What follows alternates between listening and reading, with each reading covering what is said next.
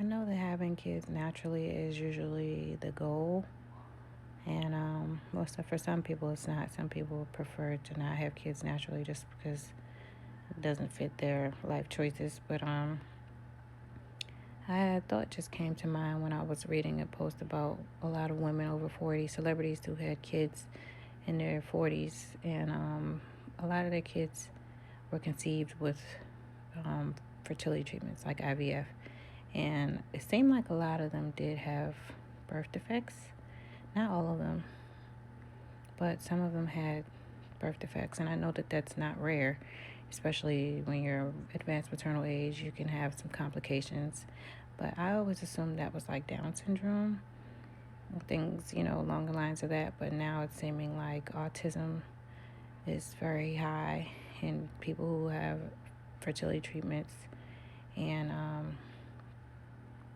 I have a close family member who was actually conceived via fertility treatments, and she was actually born with, she's autistic, and she's a beautiful little girl. And I mean, of course, we love her exactly the same. It just came to my mind when I read that post about all of the women, and a lot of the children looked like they had birth defects. And I was like, okay, so the next thought that came to mind, always find some way back to God. Like, God has his hands in everything, and sometimes we get impatient.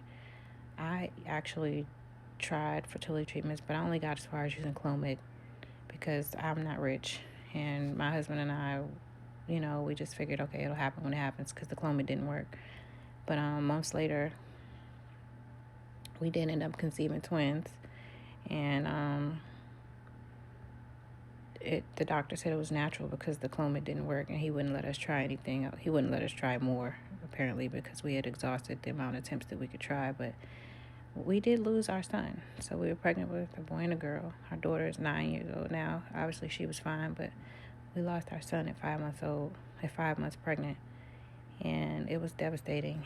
And I'm just thinking, maybe ourselves included, we decided to do it other than when God said he was ready. And we were impatient, so we suffered some heartaches and some hardships. And I think it's just, he says, yeah, I'll still bless you. I still give you what it is you're asking for, but you're going to go through some time. It's just going to be a little bit harder because you just couldn't see that I was going to do it eventually. But all children are beautiful. I just sometimes have these thoughts.